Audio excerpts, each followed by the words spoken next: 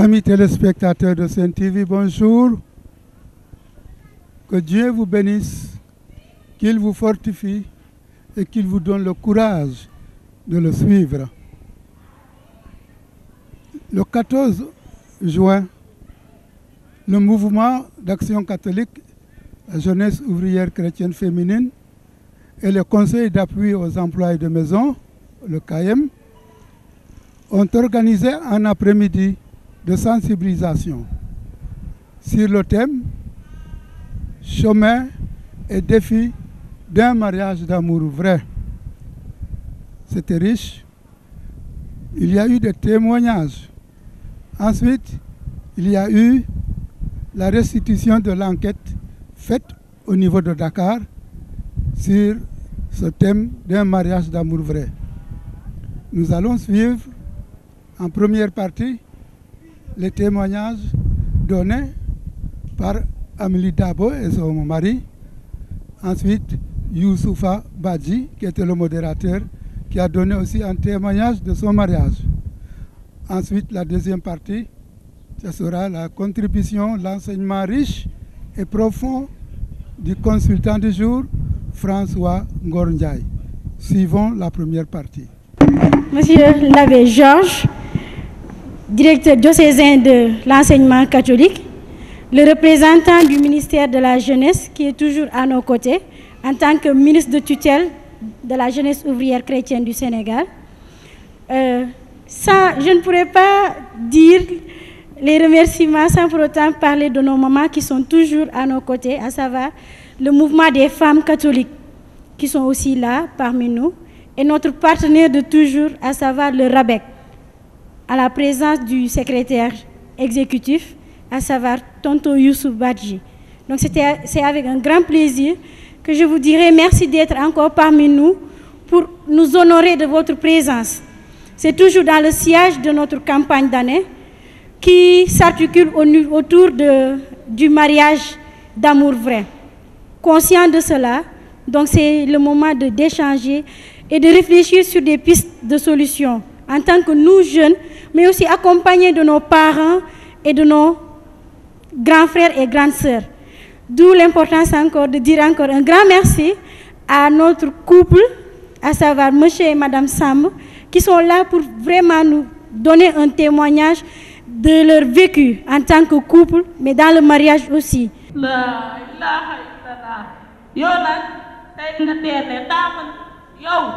instant bii nii taamu naa sa poison yi nekkatuñu débris damaa bëgg nga wax ma lan moo xew sa yaay lan la wax. sama yaay de lii la ma wax te xam nga ne duma ko fee wax. non loolu mënul nekk. sama yaay non. mais nañu xeex suñu amour bu dee dëgg la si yow damaa bëgg nga jël say matuwaay yépp lu ñu am ñu jël sa yaay xëy na dafa kii rek wante su ñëwee dinaa waxtaan ak moom. lii moom xewi na de. yéen a ngi toog. waaw naa xam ko. yow Papis lan laa la ko ci sama kër gi ay Papis Amadou Diop Papis seetal yàlla nga bàyyi sama kër gi Papis yow yoroo guddi yoroo bëccëg kii du ma la ko may. da ngay jaay sa doom amul intérêt Papis. non.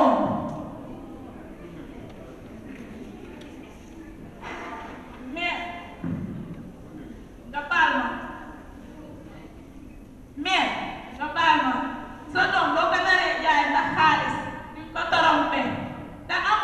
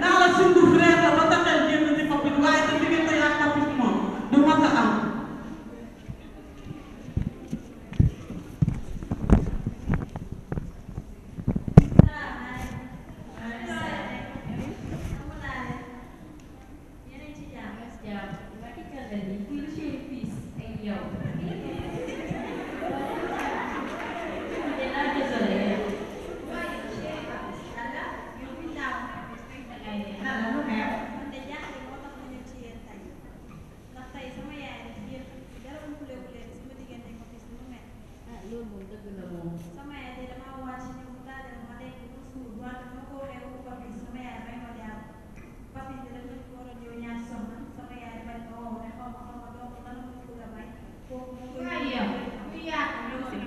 xanaa sa yaay yëgul li xew mariage yu yaatu yooyu léegi yow daal nattaan sa yaay xam nga mairie moom xaalis dañoo foone lu seen jëkkër yi defaral leen seen doom yi dina def ak defaral yow loolu la yow xam ne laaj ba sa yaay wax ma loolu laa tax ko xam ne laaj ba gis na kee nekk si kaw doomu bàjjen bee te doomu nijaay bi nekk si kaw bés bu ñëwee ñu def seen xew baax na muy xew kii na ko dégg man ñaari sénégalais yi xaalis rek la bëgg moom daa def xaalis ne ko dégg du ko bokkal kenn moom afoo ko yow kii damaa bëgg nga bàyyi ndax kii mënul amal dara boppam moom lu mu foog rek góor moo koy bu ko faale sax dégg moom xam na ne sax li muy wax yow teg ko seen la xam na ko bis bu baax ah man de maa ngi damay bu baax sama xol ma naan tey kaa nii mu ngay ko te bu baax yow kii say daal bu ma xam dafa nag daal sa yaay ku dee ba seen man yow laa nekk ndax papis sax dana naan tax sa ñeesa la sama nii sama sàcc bi xaalis kese la da sama xol baax yi laay dem te sama bu baax te sama bu baax fii ma jamono du bëri gis nga kii mooy loolu may ko di nga saago bi yow xaalis bi ñëw waaw waaw dama leen ko baax ci suñu sama bi sama ko saare yow sama baax kay bàyyi nii bi nga tamit yow ñu ma dugal nga dem amul kër ngay moom ànd ak kër baay demal si kër da yaay waaw merci man bu ma nuyu dafa ñaaw seytaane yi rek lay def yow dugal ñu dem maa ngi dem ban mag moom aw toppaleen seytaane yi ñu xam ne deful ci ñun mu sama ne ko yaay bu ma ñu ñu leen topp door a baax wante sama baax bi laa dafa nekk ba mu sa bi dawala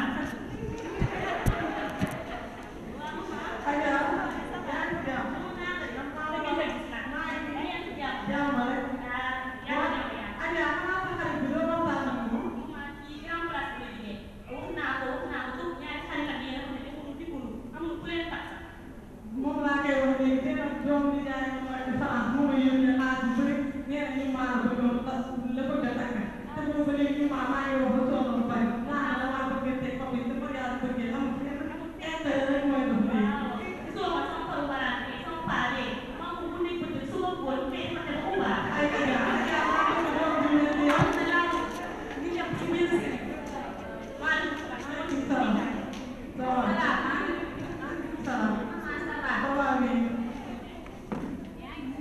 maa ngi leen di jàmm ñu maa daa génn léegi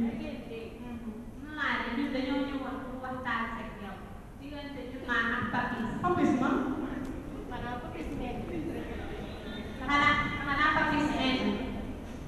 papis ñu maa nee naa ko diggante ma man papis du am ndax diggante ma papis mënul nekk papis yoru guddi yoru bëccëg te man ñu maa ngi ci bii yenn xale dañoo di ko xelal sama kër man maa fi borom kër gi damay doole te du ma ko may papis tey du ma ko may papis ëllëg lu ngeen di bañu bañu ma kese xam nga laa leen yëngal jóg leen amal leen sama kër waaye lépp lañ lay wax papis moom nit baax la te moom dinañ def lu ne pour ñu maa sëyal ko waxuma leen ni papis baax la waaye papis dafa yorul alal te fii intérêt mooy dox xam génne leen sama kër amal leen ma ci biir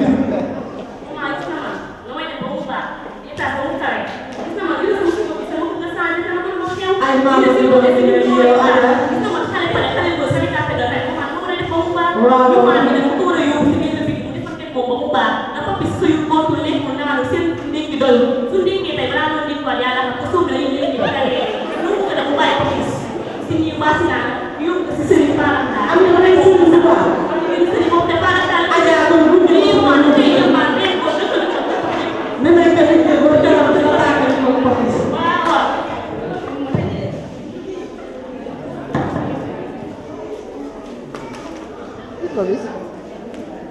n'oublie pas le mariage forcé. L'enquête de la campagne d'année 2018-2019. Cette enquête porte sur le mariage. Elle a été menée de novembre 2018 à février 2019 au niveau des quartiers, des écoles de formation de jeunes filles à Dakar et sa banlieue est ouverte à tous, jeunes et adultes, hommes et femmes. Un échantillon de 63 a été choisi. Elle a pour but exploiter le thème de la campagne d'année de la JOC-Est du Sénégal.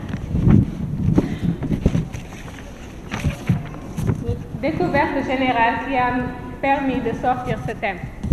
Dans une société sénégalaise baignée dans l'ambiance du monde numérique, où les réseaux sociaux façonnent nos manières de vivre ensemble, les jeunes aspirent à un mariage d'amour vrai. Mais de nombreuses barrières comme la trahison, le mensonge, la recherche effrénée de l'argent font obstacle à l'appel de Dieu. Le thème de la campagne d'année, jeune fille, pour sauvegarder ta dignité et correspondre à l'appel de Dieu, refuse tout mariage commercial ou de quelconque intérêt contre l'amour vrai. L'objectif de l'enquête, c'est pointer et combattre les obstacles au mariage d'amour vrai. Le questionnaire était composé de 4 questions. Question 1. D'après toi, qu'est-ce qu'un mariage d'amour vrai? Les réponses. Union entre un homme et une femme basée sur l'amour sans contrainte selon la loi et la religion. C'était au nombre de 34. Union basée sur la confiance et l'honnêteté. Au nombre de 11. Union pour le meilleur et pour le pire. 10 réponses. Et union pour la complémentarité. 8. Deuxième question. Qu'est-ce que Dieu nous dit du mariage? Dieu est amour, paix, joie et fidélité. Il nous dit de nous unir dans le mariage pour vivre ses qualités sans calcul. Au nombre de 57. Dans le Coran, si tu as les moyens, tu peux épouser 4 femmes. Une réponse. Seyte Yàlla tax. 2. Obligation pour adorer Dieu et grandir la population. 1. La troisième question. Quels sont les obstacles au mariage d'amour vrai? Manque de confiance. 20. L'incompréhension des parents. 13. Manque de vérité. 6. Infidélité. 5. Utilisation inconsidérée des réseaux sociaux. 5. Fuite de responsabilité des garçons. 4. Matérialisme des filles. Problème entre belles familles et épouses. 4. Manque de moyens financiers. Quelles sont les solutions pour combattre ces obstacles? Campagne. Donc, thème bi nii la ko waxee, jeune fille pour sauvegarder ta dignité. Donc, votre jigéen correspond à l'appel de Dieu mu méngoo woowu Yàlla. Donc, bañal mariage commercial. Donc, lépp loo xam ne intérêt moo ci jiitu ba ci dugg. Et tamit booy sëyal ndax mbëggeel ndax naweel ndax cofeel ndax bu ci nekk rek am na lu muy signifier. Société Sénégal bii ñoom ci contexte bu ñu defee enquête bi gis nañu ni mbiru réseaux sociaux yi lu am influence la ci suñu dund. Tamit mën na influencer yar nit ki. Et te tamit nit ñi comme dañu war a dundandoo te jeunes yi aussi seen xel bi dafa nekk ci dugg ci sëy ndax yàlla, donc c'est important que ñu jël yooyu en compte. waaye dinañ ci biir enquête bi que lu mel ni ay gàllankoor yu demee ni wor, tas yaakaar, bañ a wax kàcc rek waaye tamit moo ngi ci lu dul dëgg, ak aussi di daw ci ginnaawu alal nekk na ci loo xam ne dina nekk ab gàllankoor pour gëm yàlla. moo tax te mu ren bi mu am solo ndax da leen di amal njëriñ que lii ñuy jël tey. moo tax rencontre bi dañu ne sensibilisation yee nit ki waaye aussi agir. bu ma fi jógee te jëlee ci ay ree rek te xalaatuma bu ma fi jógee ban njëriñ la ma waxtaan bii ma jëlee tey fii mu xaw a changer tuuti ci lu baax ci sama jikko, seen teewaay tey di amalul ñu njëriñ. donc moo tax gis ngeen ko témoignage dina am tamit am na fi sketch waaye aussi ñoom liggéey boobu ñu def ci ñeenti weer yi tënku ci kayit gi ñu koy restituer aussi war nañ ci jëlee njëriñ démarche scientifique nag lépp yu demee nii boo doo demee n'importe comment am na benn méthodologie boo xam ne ay focus group dajale ay nit la ñu def waxtaan ak ñoom waaye aussi ay questionnaire yoo xam ne nañu toog ak nit laaj ko donc ci biir loolu am na ay question laaj nañu nit ki luy sëy dëgg sëy gu tënku ci dëgg donc amoon na ay tontu yu demee nii mooy sëy boo xam ne diggante góor ak jigéen la bu basé bu tënku ci nobel te dara taxul bu normal selon nu ko diine gi waxee waaye mu nekk aussi ab ànd ci biir dëgg parce que des fois sama mbokk soose yi dañu naan ndoxaan ci fen waaye sëy bu yàgg ci dëgg donc lu am solo la ndax naxante bi ci ndoxaan gi la boo amul seetlu buñ la yarul boo amul gëstu mën nga dugg ci loo xam ne suba di nga naan waa ji du lii nga ma waxoon wala du lii laa yaakaaroon ci yow donc moo tax question yi am solo am na ci benn aussi ci lu yàlla wax ci sëy nee nañu sëy mooy mbëggeel sëy mooy jàmm sëy mooy fidélité defe naa sax moo boobu lu am solo la ak aussi nee nañu ànd dans le mariage ci biir sëy pour dund qualité yooyu sans xaaj ak seen sans calcul ci Coran tamit même chose la ndax ñetti diine yooyu muy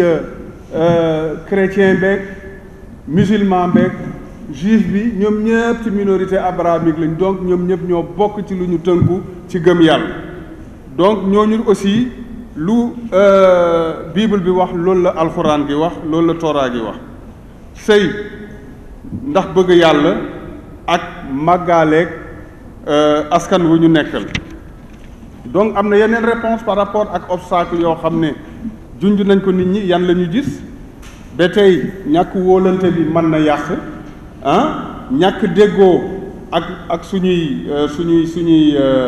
suñuy kilifa bañ a waxante dëgg ak aussi dëng infidélité bi dëng gi surtout nekk ak diw di tamit di nekk ak ñeneen ak yeneen donc réseaux sociaux yi defe naa temps yële defoon ngeen benn communication ci problème mu réseaux sociaux yi bu ngeen gisee sax bopp yu métti yi bari na ci feebaru xale yu jigéen ñi boo waxee ñu naan da nga am rabaki affaire yooyu kaa ñi defal la téere sa bopp du lenn lu dul ñàkk nelaw guddi du lenn lu dul ñàkk nelaw guddi du lenn lu dul ñàkk nelaw guddi bés boobu mooy seen lu leen mën a faj nit du machine nit dafa war a am lu muy nelaw ci yoon léegi nag ku nekk nag yaay sa docteuru bopp am na foo xam ne comme mënuñu leen ko tere am na yoo xam ne nit ki mooy yar boppam donc aussi loolu bu ngeen ko xoolee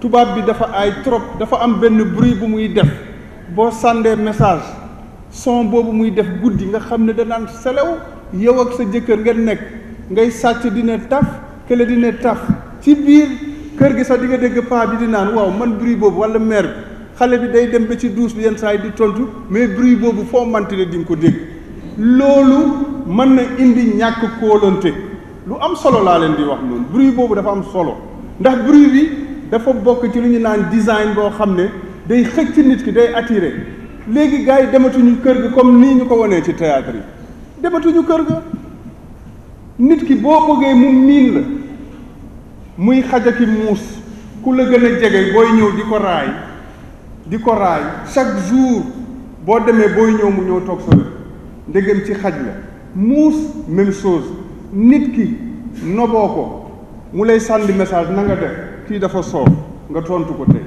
mu bàyyi suba na nga def gëj naa la dégg nga tontu di ko saaga di ciipatu bu ko defee une semaine 8e jour bi bu ko deful yow sa bopp yaa ko ne waaw ci loolu ne parce que am na li la manqué pour dire que outils yi canaux yi dafa jéggi day def leen attention koo seexulul dara bul joxee sa téléphone ci mbedd des fois da ngay romb sa xol day jeex naka ngay romb ak nit rek mu tooñ la ne la doo ma jox sa numéro téléphone ci ñëpp a ngi lay xool ngay joxe sa numéro téléphone yenn saa yaa ngi xool fële di joxe numéro téléphone bi nii. donc c'est important que ngeen xam ni loolu bu amee bu ngeen ko miinee di nga gis nit buy jënd téléphone day seet pour nit ñi di ko woo bu njëkk sax dañuy tooñ nit yow looy doyee téléphone kenn du la woo léegi di nga ut ku lay woo pour wane sa waa kon dañ lay woo dañ lay envoyer message bokkatuñ ci nag loo xam ne ay sap la ay sap ak affaire yooyu moo ngi ciy dugg ay WhatsApp ak yooyu. donc c'est important que ñu jël ci en compte problème de inconsidéré d'utilisation fuite de responsabilité des garçons bu ñu nee garçon sax da nga koy jëlee comme un irresponsable mais des chefs de famille góor ñi des hommes fuite de responsabilité defe naa ànd nañ ci matérialisme des filles yëre yi colin bi man dama koy tooñ ndax suñu mbokk jullit yi korité damay taxaw suñu bunti ONG di seet xale jigéen ñi nii la ñuy def nii di wër marché di wër rek léegi looy dégg ay jigéen yuy sàcc ki yooyu parce que bëgg nga kut ko kut ñooñu nga dëkkal kër ñii ñu ngi yore seen meesu 100 000 ak yooyu yow newoo ci dara nga ne fu ma jaaroo sa yaay sa moo la naan en tout cas ak noo manti def solol yëre ngay génn ci mbedd di wër-wëraale xale yu góor yaa ngi taxaw di seet kii elle est à la recherche de quoi anxiété ba muy wone stress bi muy wone boo koy woo muy ñëw loo soxla woon ci loo soxla woon il faut que muy sol yére il faut que ma meesu il faut que ma léttu loolu lu ne xëj na ci donc c'est important que matérialisme boobu ñu def ci attention manque de moyens financiers tolluwu leen fu nga xam ni ñàkk war ngeen ko xalaat tolluwu leen ci waru leen mesurer seen bopp papa ak yaay ñoo war a am devoir yéen seen droit mooy ñooñu defal leen ñu ëpp ci yéen yàlla def na ni amuñu chance continuer seen jàng parce que tamit jàng moyen la pour que suba nga mën a defal sa bopp boo ko ratee ci nii lii réponse la par rapport ak lu ngeen war a dabu jotu leen am chance continuer seen scolarité waaye kii c'est une autre forme ndax di ngeen ci jàng ba pare am ci métier au moment où kooku il faut que mu jàng ba université pour uti métier te université sax defarul métier il faut nga spécialiser wu kon yéen lii ngeen nekkee bu leen ko xeeb mais aussi bu ngeen ci nekkee nañu génnee affaire góor suñu biir ndax man dama koy wax sama xale yi de 3 heures ngeen di génn seen ngeen war a nekk classe 2 heures et demie yéen a ngi suñu responsabilité 7 heures bu ngeen di wàcc 6 heures yéen a ngi suñu responsabilité ndax ku la ñemewul sa kër mu ngi lay koj ca koñ ba te yu ci bëri ñu leen jege la yu ci bëri ay xariti grand frère ak dëkkandoo yi ne ci koñ bi lu ngeen def seen bopp jaay leen seen bopp ndax dañ leen di waxtaan donc importance boobu dignité boobu ñuy wax donc bien gérer et revenir à Dieu gëm yàlla nag mooy tax nit ki di fier ci boppam am dignité ci boppam que yëre bii laay am moom laay sol ba bu ma yàlla di jox beneen du tey dinaa ñefe pour am beneen yëre waaye ñefe joo xam ne dafa jaar yoon am ngeen seen métier couture standard tissu bu ne man ngeen ko am mètre 100 francs 200 300 valeur bi mooy ni ma koy defee sama yaram ma am ci fierté sol ko ndax man maa ko ñefe wala sama yaay moo ma ci jàppale. maa ngi leen di gërëm di sant Amélie Dabo laa tudd di ñaan yàlla baay ci kàttanu Yeesu Krista mu yebal ñu xel mu sell mi ndaxte xam nañ ni jàngu baa ngi jóge ci xumbal Pentecôte xewalu Pentecôte mooy xumbal bis bi nga xam ne ca la xel mu sell mi wàccee ci kaw apotariya am na solo lool ci ñun ndege bi taalibe Yeesu Krista jóge ñu ne dañuy wasaare kàddu dëgg gi li nga xam ne mën na ubbi xel yi ubbi xol yi soppi xalaat yi ak dund yi dañu soxla woon xel mu sell mi léegi dañuy ñaan xel mu sell mi mu ñëw sunu kaw mu taxawuñu mu may ñu mën a wax ci lii nga xam ne dana mën a laal xol yi soppi xalaat yi ak taxawuñu ci sunu dund doon banqaas ci ñun fi may tàmbali mooy jigéen yow yaay kan ndax yow jigéen xam nga yaay kan ñu ngi wax ci li jëm ci sëy waaye bu fekkee ni jigéen xamul ki mu doon ci kanamu yàlla dëgg-dëgg dañuy daw di topp lépp li ak yelleef waaye bu ñu bàyyul xel dañuy fàtte ne am nañu ay wareef ak yelleef les droits. On ne parle que de droit et une société nit boo taxawee da nga am ñaari tànk donc benn tànk bi mooy ak yelleef beneen bi moo di wareef waaye ñu ngi ñuy xëcc di ñu xëcc ñun jigéen ci lépp li jëm ci sunu ak sunu yelleef ñuy fàtte sunu wareef yàlla nee na bi muy sàkk sunu maam Aadama bi mu ko sàkkee ba noppi sàkk jur gi sàkk jaawu ji sàkk àddina si sépp amoon na li nga xam ne des na ba tax sunu maam Aadama amutoon jàmm yàlla nelawal ko maa ngi gaawantu tuuti ndaxte am na ñi war a ñëw sama ginnaaw yàlla nelawloo ko jël yax ca wetam tëjaat ci la sàkkee Awa lan moo tax yàlla sàkkul jigéen ci deru tànk dafa bañ góor di dëgg jigéen moo tax jëlul ci deru tànku góor pour sàkk jigéen lan moo tax jëlul ci loxo góor ngir sàkk jigéen dafa bañ góor di duma jigéen waaye am na jigéen yuy duma góor tamit waxuma ñooñu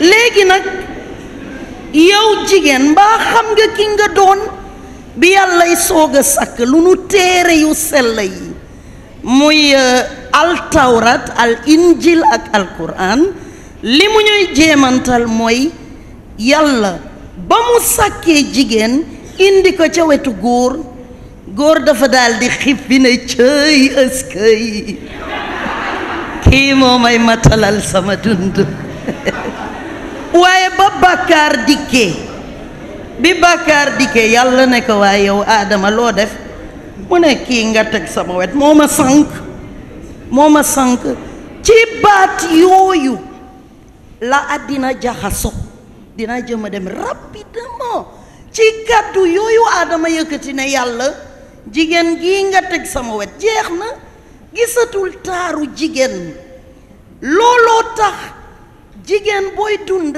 nekkoo jigéenu diine nekkoo jigéenu ñaan nekkoo jigéen buy sellal nekkoo jigéen buy moytu sobe foo munti taxaw baat ba jiitu dale sunu maam Aadama moo la yilif mooy baat bi nga xam ne comme nu ko tonton waxee da ngay doon mango bu ñu xolli yàlla nañu ci yàlla musal tey jile jigéen dafa bari pexe yooyu yàlla daf ñuy ñaan ci diine yu ñu fi tudd du ma dellu parce que day jël temps ndege fu jigéen ne am na benn waxtaan bu ñu musa woo ñu xalaat ne jigéen dafa war a jigee boo nekkee jigéen da nga war a jig ñi nga nekkal pàcc bi ci topp mooy jigéen waruloo yéexantu waroo dund bi nga xam ne dana la lor di nga ñàkk di nga perte sa temps ñu dugg ci kàllaamay nasaraan ndaxte sunu ndey Mariama mu sell mi ca ceetu Kana bi mu seetlu ne am na li nga xam ne mëttul am na li mëttadi dafa dugg ñaan waaye ñun jigéenu léegi man mii ci sama bopp lay tàmbali ndaxte gënuma kenn ki fi toog bu ñu gisee lu mëttadi jëwaate wokkante xam ngeen yooyu te jigéenu yàlla yi jigéenu sell yi ci diine yi bu ñu gisee lu mëttadi dañuy dugg ci ñaan ngir woo yàlla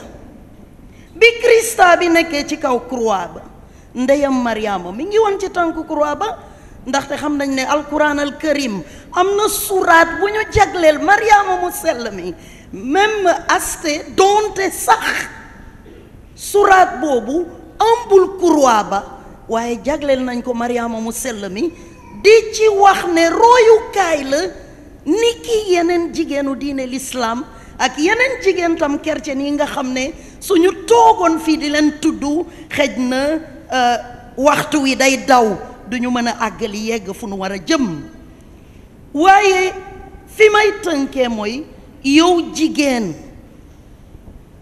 gëstul xam ngeen ne gëstu bokkut ak gestu kuy gëstu dëggantaan doo tala gestu sunu la wokkee sax doo gestu waaye pour moytu loolu nga sol lu yiw balaa ngelaw gestu bi di dikk fi yow nga tumuranke torox maa ngi àggali nag di daaneel di ne am na téere bu sell ci Bible bi bu ñu ne Proverbe chapitre 31 du verset 10 au verset 31 fa lay mujjee ki yeen xeetu taalif la c'est une sorte de poème qui dit ceci jigéen ju baax moo gën peme moo gën wurusu ngalam jigéen ju baax foo ko gis jëkkëram day teg kóoluteem ci moom ndaxte du sànk alalam jigéen ju baax du pasar pasare alalu borom këram dana fexe ba wut tool di góorgóorlu ba biir jabootam kenn du xiif kenn du mar te kenn du rafle fépp fu jëkkëram teg tànk dana nu ko gërëm di ko sant di ko naw jigéen ju baax day bàyyi xel ci niw ji doole yi jigéen ju baax day dund ci jom fulla ak fayda sutura ak kerse mu daldi sóor loolu lépp ci kaw diiru ngëm su ko defee su ñoree ñu mën a yekk mucc sunu fit sëy yu barke ci turu Yàlla Baay Doom ak xel mu sell jërëjëf.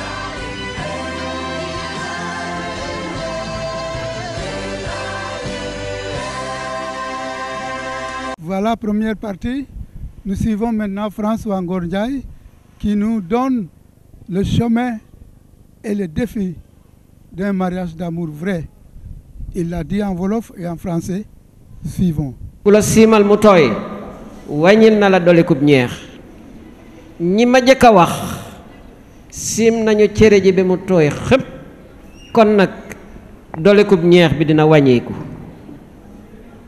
liñ ma sant mooy nu jéem a xool yoon wi nga xamante ne moo nu yóbbu ci sëy bu tegu ci mbëggeel dëggantaan ban yoon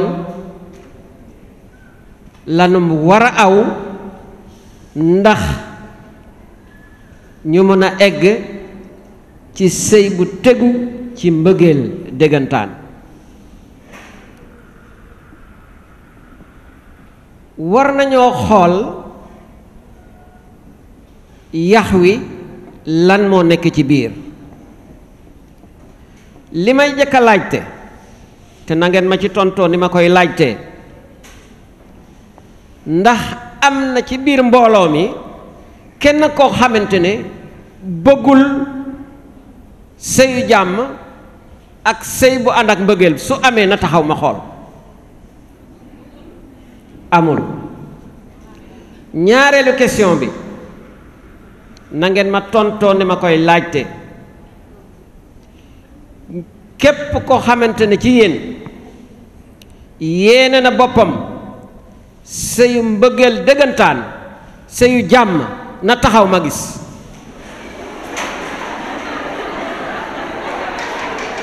jaa ngeen jëf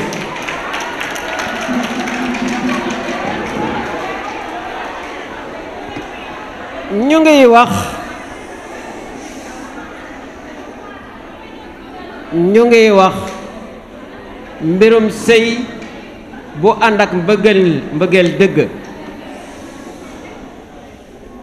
baaleen nu àq nag xam naa ni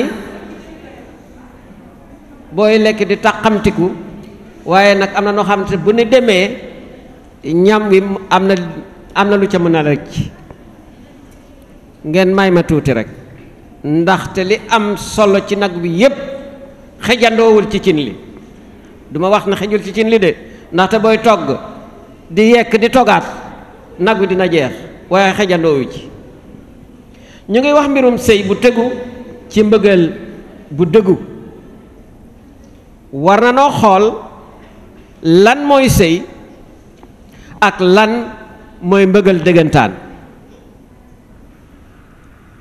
sëy ci boppam sunuy aada am na lu ñu ci wax sunuy maam am na lu ñu wax ci sëy en général ci sunuy maam sëy du woon mbirum ñaari nit kese ay njaboot ñooy dajaloo ñooy lënkaloo pour yokk askan wi loolu moom am na leneen lu ñu gis ci sëyu cosaan waaye lii mooy ci ëpp lii tax na ba sëy bu amul woon doom rek nga gis ni nit ñi bëgg koo sàggane boo demee ci diine l'islam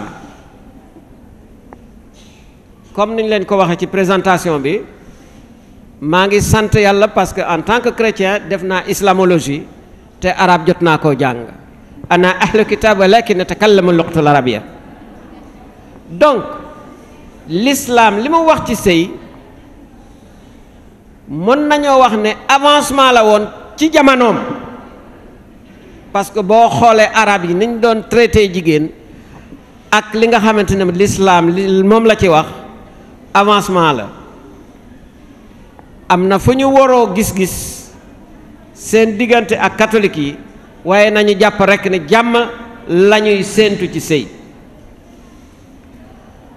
boo demee ci droit civil aussi am na lu mu wax ci sëy loolu képp kuy dugg ci sëy li ma leen di wax ni war ngaa fexe ba xam leen nous reviendrons là-dessus jàngu bi ci boppam am na droit boppam nit ñu bari xamuñu ko nit ñu bari dañoo defe ne le code de la famille wala le droit civil mooy code catholique yi c'est faux am na lu nekk ci droit civil te jàngu bi àndu ci donc loolu aussi lu jot a xam la sëy bu ànd ak dëgg lan mooy mbëggeel dëggantaan bu ñu xoolee kalaama baat yi ñuy waxe mbëggeel ci nasaraan ci yenn ci sunu làkk yi ak ci làkku grec di ngeen xam ne mbëggeel eh bien li nekk ci biir bari na ñu de jéem a tojat yax wi mbëggeel léeg-léeg muy wone muy wax lu jëm ci xaritoo l'estime réciproque foofu la séeréer di waxe ngaarit wolof dinaa nga xaritoo joolaa conke si dinaa buupaal pël di ko naa seyli foofu la grec dinaa fileyi su ma juumulee léeg-léeg mbëggeel wone ndimal gi nga xamante ne ki bëgg moom lay defal ki mu bëgg donc l'amour exprime le service bu boobaa contenu bi affection la foofu la séeréer di waxe fex wolof dinaa sopp joolaa dinaa teb malheureusement awma baat bi ci pël waaye boo demee ci grec yi foofu la ñuy waxe agapé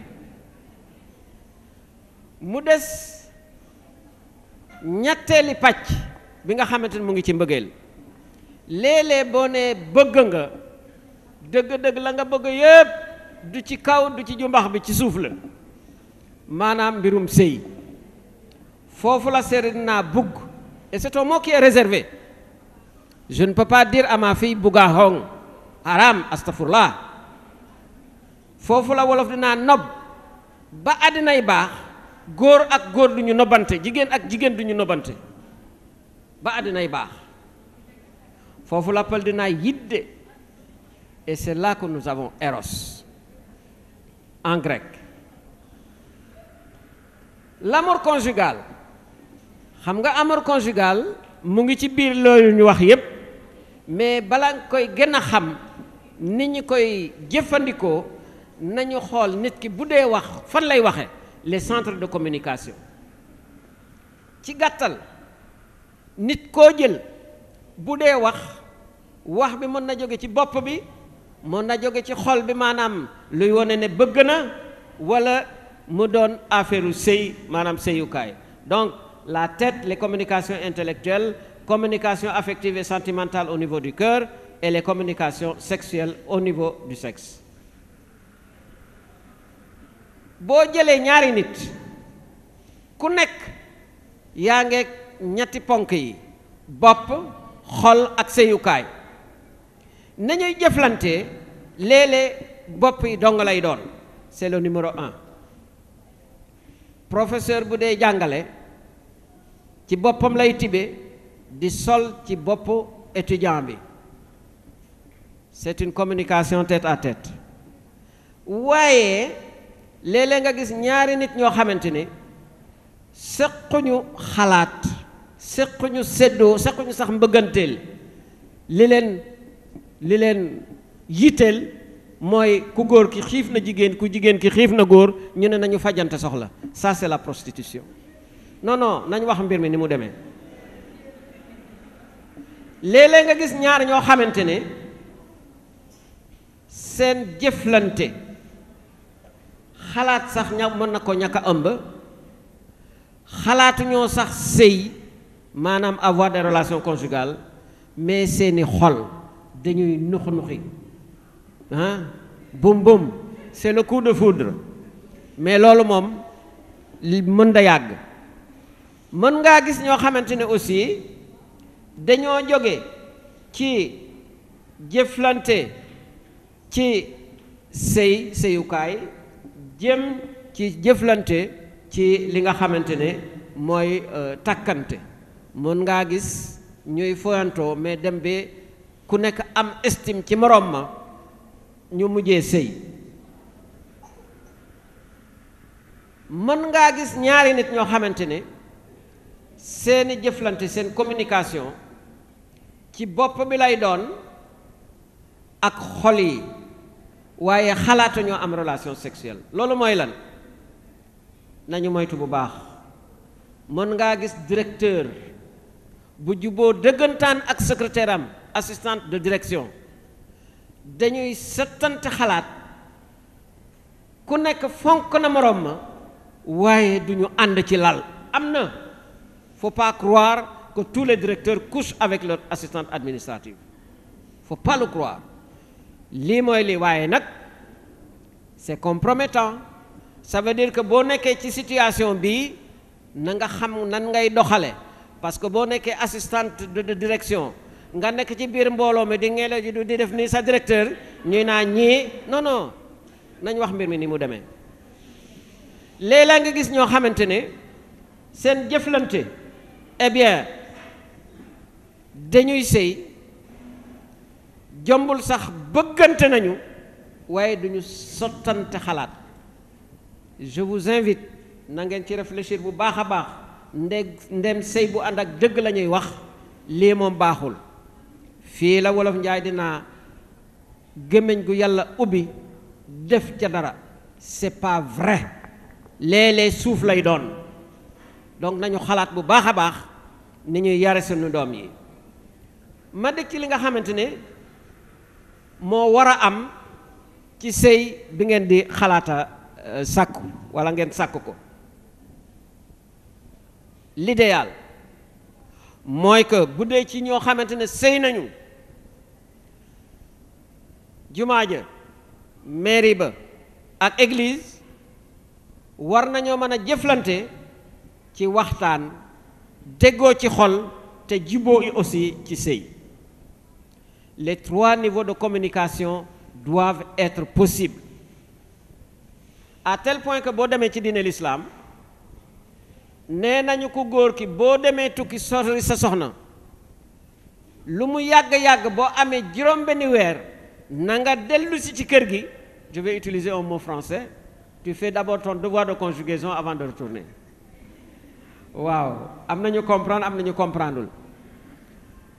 waroo am lu ëpp juróom-benni weer ci àll bi te dellu si woo def ak sa soxna li nga xamante ne mu ngi koy séentu ci yow ak li nga war a def ci moom. Si vous allez dans les Saintes Écritures, Saint Paul nous dit, Paul mu sell mi ci xel mi ko yàlla may li ma ko junj nee na ko yow ku góor ki moomatoo sa bopp yow ku jigéen ki moomatuloo sa bopp bu kenn bañ moroom ma bu kenn gantu moroom ma lu dul ci condition yi na ngeen ko yégoo bu mu yàgg te na doon lu ko jar na tax maanaam vous voulez vaquer à la prière. Donc lii mooy li ci tere yi wax ak xadis fii laa leen génneel beneen wax boo xamante ne mu ngi ci téere yu sell yi. La charité est longanime. waaw day yàgg de elle est serviable day wuuta rendre service maanaam dimbali ki nga xamante moom la ne moom la sopp. Elle n'est pas envieuse ah soo bëggee dëggantaan doo toog di yéemu ci yenn yi. La charité ne fanfaronne pas doo toog di waxantu ne se gonfle pas. Elle ne fait rien d'inconvenant, ne cherche pas son intérêt, ne s'irrite pas, ne tient pas compte du mal. Elle ne se réjouit pas de l'injustice, mais elle met sa joie dans la vérité. Lii maa ngi ko fekk ci Bible bu sell bi, la première aux Corinthiens, au chapitre 13, les versets 4 à 10. Elle excuse tout. Loolu yëpp xam nañ ko ñu jàll ndem mbir mi nii la demee nañu xool li mu laaj. Il y a une exigence conséquente mooy ñu fexe ba mbëggeel ànd ak fula, équilibre entre amour et exigence. Mais lii ça veut dire que fokk ñiy waaj a sëy ñu préparer ko ci anam yu bare bare. am na fi at benn kilifa diine bu nekkoon kaw ki Ndar, monseigneur Augustin Sagna, mu ngi doon wax enseignant yi li nga xamante ne moom la ndaw yi di wax seeni kilifa. li ndaw yi dul noppee wax seeni kilifa mooy lii: sas bi nga ma sas su ànduleek mbëggeel def may xàddiloo.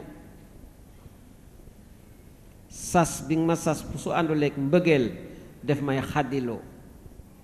waaye seen mbëggeel ci nun su ànduleek sas day tax nu jéppi leen. Je prends la formule en français pour ceux qui ne sont pas à l'aise avec le Wolof. Votre exigence sans amour nous décourage, mais votre amour sans exigence nous déçoit. Dégg ngeen ko ci communication yi jëkk a am, donc il faut de l'exigence quelque part. Ndem noonu la ma pose leen ñaari question, sinon moom mooy liñ ma laaj. bi ci jiitu mooy ana ban yoon mooy yóbbu nit ki ci sëy bu ànd ak mbëggeel dëggantaan. ñaareel bi mooy lan mooy rëq-rëq yi nekk ci yoon wi ñu war leen a waajal balaa ñooy dugg ci sëy. balaa ñuy eggul ci loolu xam naa ñi fi ëpp ci nun ci kaw gi lañu yaroo. ma laaj leen tontu leen ma nag, bu ñu dee ratt nag ci ban côté nag wi lañ koy faral di awe? kan moo ma mën a tontu? bu ñu dee ratt nag ban côté nag bi la ñuy faral di awe? côté droit ou côté gauche? am na ñu ko xamul de. Dans la circulation oto yi bu ñu dee daw dans les pays francophones ci ban côté la nit ki di dawal? côté droite walla côté gauche?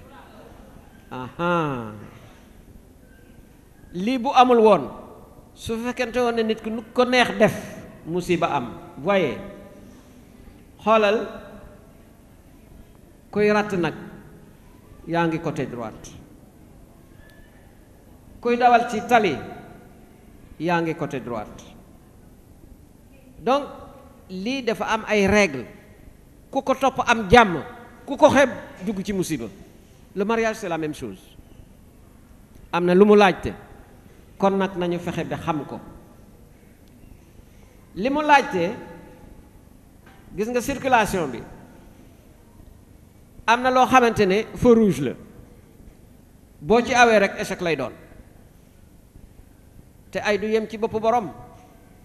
tu échoues, tes enfants échouent, ton entourage échoue. man may jàngale ma wax leen fii benn mbir, mës naa joxe benn travail pratique ay étudiants ñu war a liggéey ci divorce. kenn ku nekk yaa waroon a tànn ci li ngay liggéey. mu am xale bu jigéen bu tànn le sujet du divorce. bi mu defee exposé ba noppi nit ñi di ko poser question mu craqué. ma ne yeneen xale yu jigéen yi gunge leen ko ci biti ba mu giif. bi ñu jàngalee ba noppi ma woo ko mu ñëw maak moom ma ne ko waaw lu tax nga craqué, mbaa du mbir mi daf laa jege? mu ne ma waaw. ma ne ko nu ma la jegee, say waajur dañoo tas? mu ne ma waaw. ma ne ko je te comprends. sëy bu tas musiba la, te dinaa leen fi jox benn hadis. am na hadis bu wóor bu ne parmi les choses que Dieu ne fait que tolérer, celle qu'il a le plus en horreur, c'est le divorce. li nga xamante ne yàlla daf na koy muñal rek, li mu ci gën a sib mooy sëy bu tas. et je comprends pourquoi l'Église catholique conseille et impose que le mariage soit indissoluble. c'est pas nous qui l'imposons, c'est dans les Saintes Écritures. boo demee ci Bible nga fekk ko fa. Matthieu au chapitre 19. Il y a un prêtre qui est là, si je me trompe. Il pourra rectifier par la suite. defe naa dañuy gërëm monsieur Ndiaye parce que li mu wax am na solo lool. c'est dommage que amuñu assez de temps pour mu décortiquer, ndax xam naa ne li mu wax bàyyi na leneen lu ko ëpp. xam nañ ko bu baax a baax a baax. lenn rek laa bëggoon laajte monsieur Ndiaye par rapport à la psychologie, parce que des fois dañuy gis xale yi dañ leen di teel a maye sëy fii au Sénégal, bari na lu ñuy maye teel a maye xale yi te seen cër du mot. des fois bu ñu teelee sëy léegi bu ñu demee par rapport à la grossesse et à l'accouchement ñuy am ay problèmes. est-ce que loolu mun nga ci dellu si, parce que xale yi seen cër du mot, mais yàkkamti sëy dina tax ñu dugg ci sëy boo xam ne c'est mal préparé. lu des mooy ñu ñaan yàlla mu may ñu doole, may ñu kattan ngir lu ñu dégg file ñun itam ñu yóbbu ko ci sunu gox, démultiplier ce qu'on a entendu, vivre cela aussi. nee nañu sëy te yàlla tax, maa koy répété de, sëy te yàlla tax. ma ne sëy te yàlla tax amul wala am na. lu ñuy gis léegi ci réseau yi, sëy te xaalis tax itam am na. sëy aussi te di toppandoo aussi am na. wante bu ñu buggee sëy te yàlla tax war nañu xam lan la yàlla wax ci sëy. defe naa François wax nañu ko, wax ngeen ko, enquête bi wax na ko. yàlla dafa bugg ñun ñu di dunde ni moom. soyez parfaits comme votre Père Céleste est parfait. Vous m'entendez? Soyez parfaits dans vos relations d'amour comme votre Père Céleste est parfait. nañu ànd ñaan benn ñaan. On va se mettre debout pour prier avant que les autres ne viennent. On se met debout.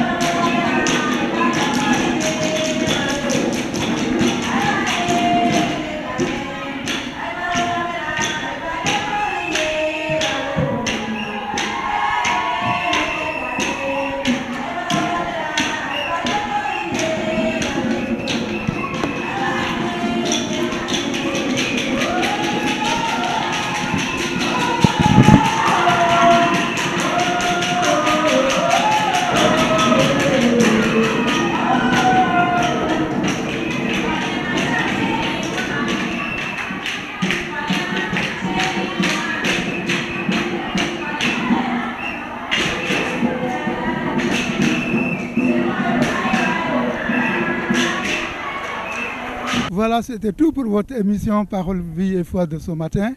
Merci de nous avoir suivis. Merci de votre fidélité. Nous nous donnons rendez-vous dimanche prochain.